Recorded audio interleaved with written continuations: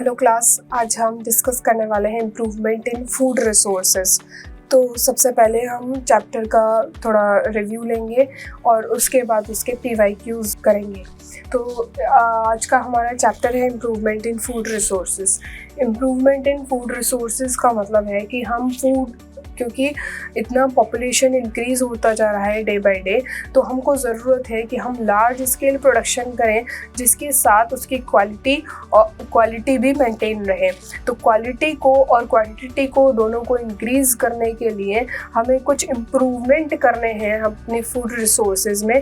तो यही इस चैप्टर का एक बेसिक है जो कि हम इसमें डिटेल में पढ़ने वाले हैं। तो यहाँ पर अगर हम क्रॉप यील्डिंग को इंक्रीज़ किया जाए तो इस क्रॉप यील्डिंग को इंक्रीज़ करने का मतलब होता है कि क्रॉप वैरायटी को हम कैसे इम्प्रूव करेंगे बाय एडिंग डिफरेंट और डिज़ायर्ड कैरेक्टरिस्टिक्स। ठीक है, तो सबसे पहले हमारा मेथड क्या होता है, इंट्रोडक्शन का। ठीक, इंट्रोडक्शन का मतलब क्या होता है? इंट्रोडक्शन का मतलब होता है कि cultivation of new varieties of crop in an area where it is not found.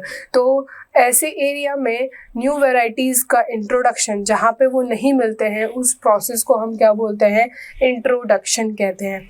जब हमने उसको इंट्रोड्यूस कर दिया उस पर्टिकुलर एरिया में, तो हम उसको आगे, ताकि हमारी क्रॉप इम्प्रूव हो, इसीलिए हम उसमें से डिज़ायर्ड कैरेक्टरिस्टिक्स निकालेंगे जो कि हमारे लिए इम्पॉर्टेंट है। तो नेक्स्ट पॉइंट आपका कौन सा है? सिलेक्शन। सिलेक्शन में हम क्या करेंगे? जिसके पास बेटर ट्रेड्स हैं, ऐसे प्लांट को सेलेक्ट करेंगे जिनके पास बेटर ट्रेड्स हैं, बेटर कैरेक्टरिस्टिक्स हैं, जो कि हमें हाई यील्ड प्रोवाइड कर सकते हैं, उनको हम सेलेक्ट करेंगे और उसके बाद उसका क्या करेंगे? मल्टीप्लिकेशन करेंगे। ठीक, नेक्स्ट आता है आपका हाइब्रिडाइजेशन। हाइब्रिडाइजेशन का मतलब क्या होता है? हम क्रॉस कराते हैं between two genetically different individuals के बीच में। उस प्रोसेस को हम क्या बोलते हैं? हाइब्रिडाइजेशन, जिससे कि हमारे पास डिजायर्ड ट्रेड्स आ जाते हैं। तो यहाँ पर हाइब्रिडाइजेशन का मतलब होता है cross breeding between two genetically dissimilar plants to obtain desired characteristics। ठीक है, तो यहाँ पर जब भी हम क्रॉप के इम्प्रूवमेंट कराएंगे तो हमें 3 प्रोसेस का ध्यान रखना है। सबसे पहले इंट्रोडक्शन, फिर उसके बाद सिलेक्शन और उसके बाद उसका हाइब्रिडाइजेशन। जब भी हम two different genetically two different parents का या इंडिविजुअल का क्रॉस कराएंगे, तो वो जो डिफरेंट इंडिविजुअल होंगे वो 3 टाइप के हो सकते हैं। या तो वो डिफरेंट वैराइटीज से बिलोंग करेंगे, या वो डिफरेंट जेनेरा से बिलोंग करेंगे, या वो डिफरेंट स्पीशीज से बिलोंग करेंगे। तो अगर वो डिफरेंट वैराइटीज से बिलोंग करेंगे तो उसको हम क्या बोलेंगे? इंटर वैराइटल। अगर वो डिफरेंट जेनेरा से बिलोंग करते होंगे तो उनको हम क्या बोलेंगे? Inter generic. और अगर वो डिफरेंट स्पीशीज से बिलोंग करते हैं तो उनको हम क्या बोलेंगे? Inter specific. तो इस तरह से हम क्या प्रोसेस, कौन सा प्रोसेस कराते हैं? हाइब्रिडाइजेशन। हाइब्रिडाइजेशन बहुत इंपॉर्टेंट टॉपिक है, आपके एग्जाम पॉइंट ऑफ व्यू से भी इससे क्वेश्चंस बहुत इंपॉर्टेंट आते हैं, बनते हैं और एग्जाम में भी आते हैं। तो यहाँ पर ये आपका बात रहा हाइब्रिडाइजेशन का। अगर हम बात करें क्रॉप प्रोडक्शन के मैनेजमेंट के लिए, तो मैनेजमेंट के लिए हम क्या करते हैं? सबसे पहले हमारे लिए इम्पॉर्टेंट है कि जो भी हम क्रॉप ग्रो कर रहे हैं उसके अंदर न्यूट्रिएंट की क्वालिटी है भी प्रेजेंट या नहीं है। तो न्यूट्रिएंट की क्वालिटी को इम्प्रूव करने के लिए हम उसको मैनेज करना ज़रूरी है। तो यहाँ पर सबसे पहले मैनेजमेंट हम किसका करेंगे? न्यूट्रिएंट का मैनेजमेंट करेंगे। और न्यूट्रिएंट कौन से होते हैं? आपके 2 टाइप के न्यूट्रिएंट होते हैं, एक macro nutrient and micro nutrient. Micro nutrient कितने टाइप के होते हैं? टोटल 17 एसेंशियल न्यूट्रिएंट्स प्रेजेंट होते हैं, जैसे कि आपके carbon, hydrogen, oxygen, nitrogen, phosphorus है, potassium, sulphur, magnesium, calcium, iron, boron, manganese, copper, zinc, molybdenum, chlorine and nickel. ये सभी आपके कौन से हैं? न्यूट्रिएंट हैं जिनको हमें मैनेज करना है अपनी क्रॉप की इम्प्रूवमेंट के लिए और उसकी क्वालिटी को भी इंक्रीज करने के लिए। नेक्स्ट आता है प्रोसेस आपका इरिगेशन। इरिगेशन का मतलब क्या होता है? सॉइल को वाटर प्रोवाइड करना। तो इरिगेशन हम कैसे, जब तक हम वाटर प्रोवाइड नहीं करेंगे क्रॉप को तो हमारा प्रोडक्शन कैसे अच्छा होगा? इसीलिए irrigation is also important. Crop improvement के लिए इरिगेशन भी इम्पॉर्टेंट है। तो इरिगेशन हम किसके थ्रू कर सकते हैं? वेल्स के थ्रू ग्राउंड वाटर हम प्रोवाइड करा सकते हैं, या फिर कैनाल सिस्टम के थ्रू, टैंक्स के थ्रू, या फिर रिवर्स लिफ्ट सिस्टम के through. Reverse lift system rain water के थ्रू। नेक्स्ट आता है आपका क्रॉपिंग पैटर्न। क्रॉपिंग पैटर्न भी बहुत इंपॉर्टेंट है। अगर हमें एक पीस ऑफ लैंड हमारे पास प्रेजेंट है तो उसमें हम कैसे मैक्सिमम बेनिफिट हम ले सकते हैं उसका, तो वो बहुत इंपॉर्टेंट है। उसका मैनेजमेंट बहुत इंपॉर्टेंट है। तो हम वो डिफरेंट टाइप से कर सकते हैं, जैसे कि मिक्स्ड क्रॉपिंग करके, इंटर क्रॉपिंग करके, या फिर क्रॉप रोटेशन प्रोसेस इस्तेमाल करके। सबसे पहले हम बात करेंगे न्यूट्रिएंट को मैनेज करने के लिए हम कौन से दो मेथड का इस्तेमाल करते हैं, मैन्योर और फर्टिलाइजर्स। मैन्योर में हम क्या यूज़ करते हैं? ऑर्गेनिक वेस्ट यूज़ करते हैं, that is obtained from the decomposed of plant waste and animal waste.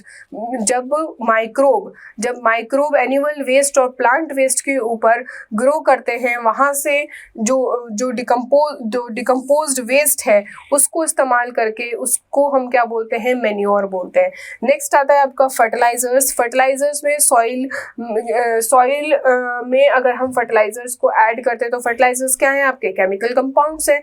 तो केमिकल कंपाउंड्स की वजह से या स्पेसिफिक कंटेनिंग सॉल्ट्स की वजह से सॉइल की फर्टिलिटी इंक्रीज हो जाती है, न्यूट्रिएंट की कमी दूर हो जाती है। तो ये आपके केमिकल मेथड्स, जो केमिकल अगर कंपाउंड्स यूज हो रहे हैं तो उसको हम बोलेंगे कि फर्टिलाइजर्स। अगर हमारे नेचुरल या फिर ऑर्गेनिक वेस्ट इस्तेमाल हो रहा है तो उसको हम क्या बोलेंगे? मैन्योर। ठीक है, तो ये हमारा था एक न्यूट्रिएंट को मैनेज करने के लिए मैन्योर और फर्टिलाइजर्स। इरिगेशन के लिए हमने क्या पढ़ा था? Wells, canal system, tank and river rift system. और हमने क्रॉप पैटर्न में कौन कौन से पढ़े थे? मिक्स्ड क्रॉपिंग पढ़ा था, इंटर क्रॉपिंग पढ़ा था और क्रॉप रोटेशन। तो अब हम डिटेल में जाएंगे कि मिक्स्ड क्रॉपिंग किसे कहते हैं। मिक्स्ड क्रॉपिंग क्या होता है? जब हम दो से ज़्यादा डिफरेंट क्रॉप को सेम फील्ड में ग्रो कराते हैं तो उसको हम क्या बोलेंगे? Mixed cropping. Inter cropping, inter का मतलब क्या होता है? बीच में। क्रॉपिंग आपको पता है। तो यहाँ पर जब 2 और मोर क्रॉप्स हम एक साथ ग्रो कराते हैं इन अ स्ट्रिप और इन अ रोज, तो उसको हम क्या बोलेंगे? इंटर क्रॉपिंग बोलते हैं। ठीक, इसके बाद हम बात करेंगे किसकी? क्रॉप रोटेशन की। तो क्रॉप रोटेशन में हम क्या पढ़ेंगे? क्रॉप रोटेशन में हम पढ़ते हैं, तो इसके बाद हम क्या पढ़ेंगे? Crop rotation. क्रॉप रोटेशन में क्या होता है? Different crops on a piece of land in a pre planned succession. मतलब हम क्रॉप्स को ग्रो कराते हैं एक ही पीस ऑफ लैंड पे, और कैसे? सक्सेशन फॉर्म में, एक के बाद एक के फॉर्म में। नेक्स्ट आता है आपका क्रॉप प्रोटेक्शन मैनेजमेंट। पहले हमने क्या पढ़ा था? Crop production management. अब हम क्या पढ़ रहे हैं? Protection management. जैसे कि आपको पता है कि जब जो क्रॉप होती है उसमें बहुत सारे अगर रोडेंट्स आ जाते हैं, या फिर कोई एनवायरमेंटल क्लेमिटी आ जाती है, या फिर किसी वजह से उसमें कोई इन्फेक्शन हो जाता है, तो क्या होता है? हमारी पूरी क्रॉप खराब हो जाती है। तो उससे बचने के लिए हमें कुछ मेजर्स का इस्तेमाल यूज़ करना पड़ेगा, कुछ मैनेजमेंट करना पड़ेगा, जिसको हम क्या बोलेंगे? Crop protection management. तो क्रॉप प्रोटेक्शन मैनेजमेंट में क्या आता है? प्रोटेक्शन अगेंस्ट वीड्स, पेस्ट और पैथोजन। जैसे कि आपने देखा होगा कि जो क्रॉप्स होते हैं उसके अंदर इंसेक्टिसाइड्स का इस्तेमाल किया जाता है, फंगीसाइड्स का इस्तेमाल किया जाता है, वेडिसाइड्स का इस्तेमाल किया जाता है। तो वीड्स क्या होते हैं? अनवांटेड प्लांट होते हैं। जब वो क्रॉप के बीच में ग्रो कर जाएंगे तो वो क्या करेंगे? वो जो न्यूट्रिशन हम जो सप्लाई न्यूट्रिएंट प्रोवाइड कर रहे हैं हम क्रॉप को ग्रो करने के लिए, वो ले लेंगे, जिसकी वजह से क्या होगा कि वहां पर न्यूट्रिएंट की कमी हो जाएगी। तो वीड्स को ग्रो ना करने के लिए हम क्या इस्तेमाल करते हैं? वेडिसाइड्स का इस्तेमाल करते हैं। फंगस इन्फेक्शन कोई ना हो इसीलिए हम क्या यूज करते हैं? फंगीसाइड्स का इस्तेमाल करते हैं। पेस्ट कोई ना आए तो इसलिए पेस्टिसाइड्स का। इंसेक्ट कोई क्रॉप को खराब नहीं करे इसीलिए इंसेक्टिसाइड्स का इस्तेमाल करते हैं। तो यहाँ पर वीड्स, पेस्ट और पैथोजन से प्रोटेक्ट करने के लिए क्रॉप को हम इन सभी चीज़ों का इस्तेमाल करते हैं। नेक्स्ट है, अगर हमारे पास जो स्टोर्ड ग्रेन है उसको रखने के लिए हम क्या करेंगे? Protected harvested crop from biotic and abiotic factor. मतलब जैसे कि आपने देखा होगा जब हम गेहूं को स्टोर करते हैं तो उसके अंदर कुछ कभी कभी जो घर में स्टोर करते हैं उसमें नीम की पत्तियां डाल देते हैं, या कुछ गोलियां आती हैं, कुछ केमिकल आता है उसको स्प्रे कर देते हैं, जिसकी वजह से उसके अंदर जो कीड़ा है वो नहीं लगता है। तो इस जो स्टोरेज ग्रेन है उसको प्रोटेक्ट करने के लिए हम जो मैनेजमेंट जो मेजर्स लेंगे उसको हम किसके अंदर पढ़ेंगे, क्रॉप प्रोटेक्शन मैनेजमेंट के अंदर पढ़ेंगे। नेक्स्ट है प्रिवेंशन एंड कंट्रोल मेजर, जैसे कि ड्राई ग्रेन बिफोर स्टोरेज। जो ग्रेन है उसको स्टोर करने से पहले हमें क्या करना चाहिए, उसको ड्रेन कर लेना चाहिए, उसको ड्राई कर लेना चाहिए, जिसकी वजह से वो मॉइस्ट ना रहे, क्योंकि जो फंगस है वो कौन सी कंडीशन में ग्रो करती है, मॉइस्ट कंडीशन में, तो उसमें फंगस लगने के चांसेस ना रहे, उससे फंगस से प्रोटेक्टेड रहे। इसीलिए हम क्या इस्तेमाल करते हैं उसमें, फ्यूमिगेंट्स का, फ्यूमिगेशन का काम यूज करते हैं। नेक्स्ट इसके बाद ये था हमारा पूरा क्रॉप प्रोटेक्शन मैनेजमेंट और क्रॉप प्रोडक्शन मैनेजमेंट। इसके बाद हम पढ़ेंगे एनिमल हस्बेंड्री, ये था आपका क्रॉप से रिलेटेड। क्रॉप्स के बाद आता है आपका एनिमल हस्बेंड्री। एनिमल हस्बेंड्री में हम क्या पढ़ते हैं कि एनिमल्स के रेयरिंग और केयरिंग कैसे होती है। यहाँ पे कैटल फार्मिंग हम पढ़ने वाले हैं, पोल्ट्री फार्मिंग, फिश प्रोडक्शन और बी कीपिंग। कैटल में क्या आता है, कैटल में आता है आपका काउज और बफेलोज का, कैसे हम उनको यूज़ करते हैं, कैसे उनको उनकी रेयरिंग करते हैं, उनकी केयरिंग करते हैं, वो सारी चीज़ें। Poultry is related to eggs और हैन, एग्स और मीट ऑफ हैन। नेक्स्ट आता है आपका फिश प्रोडक्शन की, जो फिश है वो किसका सोर्स है, प्रोटीन का रिच सोर्स है, तो यहाँ पर फिश का प्रोडक्शन उनको कैप्चर करके।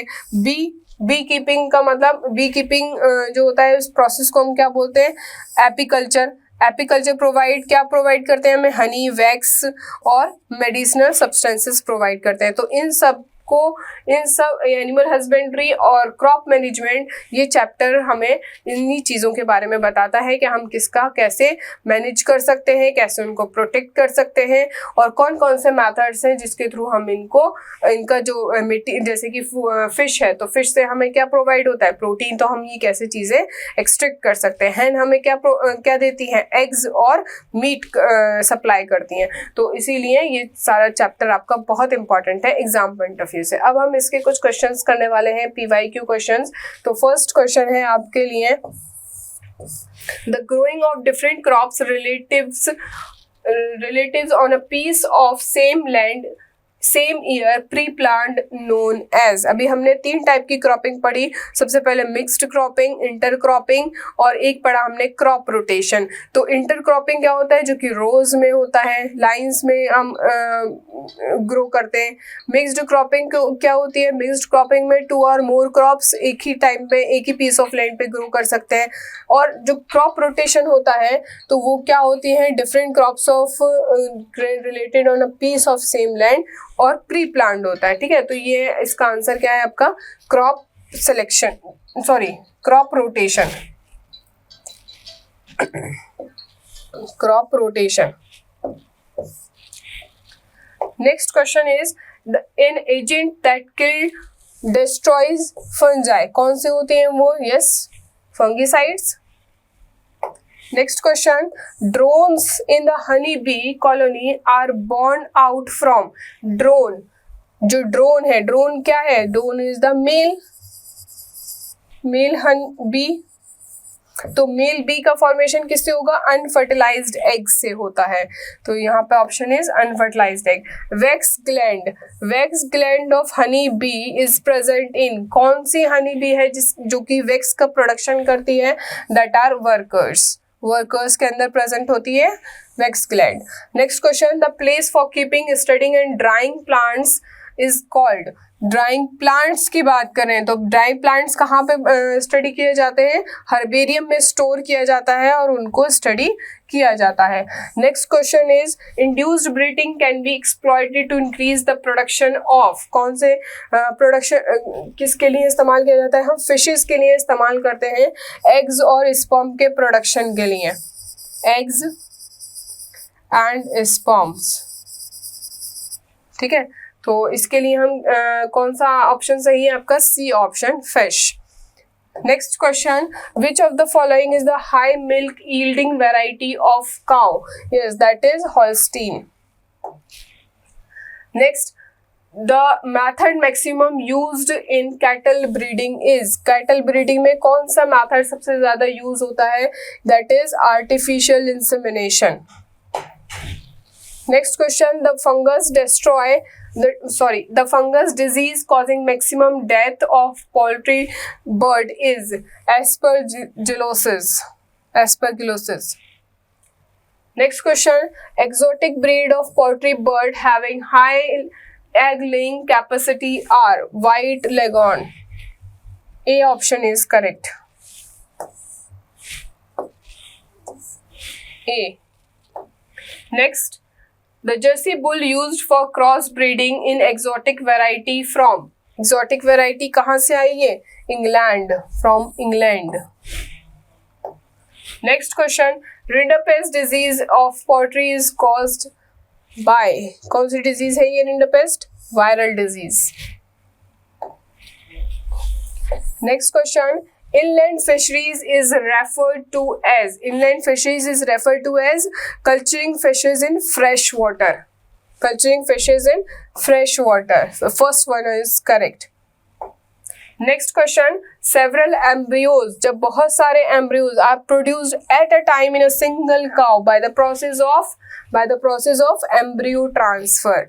एक से ज़्यादा embryo जब फॉर्म होते हैं तो इसको क्या बोलते हैं? Embryo transfer. Next, Murrah, Surti and Mehsana are the different breeds of, yes it is breeds of buffaloes. Okay, तो ये थे आपके कुछ क्वेश्चंस इस चैप्टर से रिलेटेड. आई होप आपने ये सेशन एंजॉय किया होगा. Thank you.